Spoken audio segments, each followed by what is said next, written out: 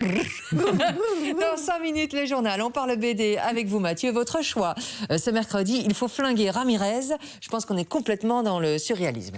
Complètement, oui. Ouais. Alors, Jacques Ramirez. Qui est vraiment Jacques Ramirez? En fait, on le voit sur la couverture, c'est un petit homme muet, moustachu. Alors, il a longtemps été considéré comme un employé modèle du service après-vente de Robotop, une entreprise d'électroménager établie à Falcon City, en Arizona. Donc, c'est un réparateur d'aspirateurs.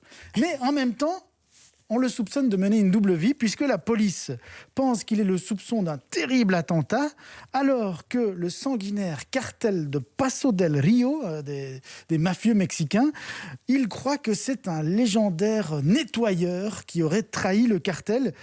Donc, quelque part, tout le monde est à ses trousses. C'est pour ça que ça s'appelle « Il faut flinguer Ramirez ». Et donc, pour lui, c'est pas facile, quoi. Il doit vraiment fuir tout le monde. Non, exactement. Alors, pour échapper à la police, aux gangsters, à son père aussi, Ramirez décide de fuir la ville avec 2 braqueuses plutôt sexy, Chelsea Tyler et Dakota Smith, qui viennent, elles, de braquer une banque. Donc, elles se baladent avec 2 millions de dollars.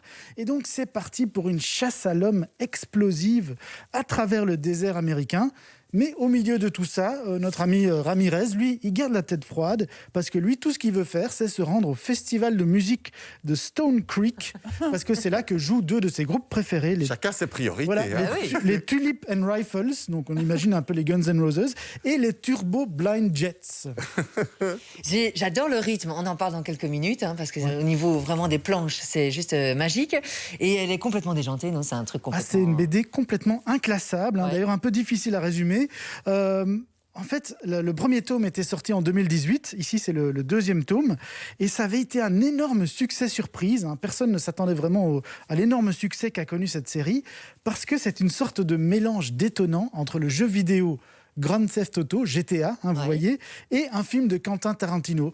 Donc en fait, Nicolas Petrimo, qui est l'auteur de cette BD, il vient du monde du jeu vidéo, et ça se voit parce qu'il réinvente complètement les codes de la bande dessinée. Et oui, regardez, on passe d'une planche qui est déjà pas classique. Ce qui est dingue, c'est que dans cette bande dessinée, par exemple, il y a des fausses publicités, il y a des faux magazines. Donc par exemple, il y a quelques pages avec le faux contenu d'un pseudo-magazine People qui s'appelle Voici Voilou.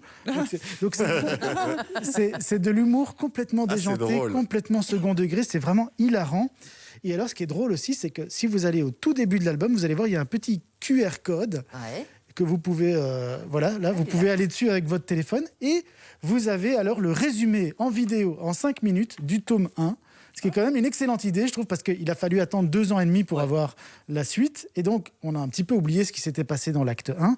Et ça permet vraiment de se replonger dans l'histoire déjantée de Ramirez. Déjantée, mais on peut la suivre. Je veux dire, oui, c'est tout pas à fait. trop... non, mais je pense que ça va beaucoup plaire aux gens qui aiment le côté survolté, le côté humour aussi. Parfois un petit peu sanglant, il faut bien reconnaître. C'est pour ça que vous citiez Tarantino. Il y a de l'humour et de l'action. Mais ceux qui aiment l'humour un peu bavard et déjanté, ils vont adorer. Merci beaucoup. Il faut flinguer Ramirez, c'est l'acte 2 avec donc tout l'acte 1 qui se trouve dans le QR code. On joue maintenant par SMS. 2 gagnants seront tirés au sort. Si ça vous dit, c'est bien le 6003. Démarrez votre message par Ramirez. Nom, prénom, coordonnée complète, adresse mail. Bonne chance, tirage au sort dans quelques minutes. Nous sommes le 6 janvier.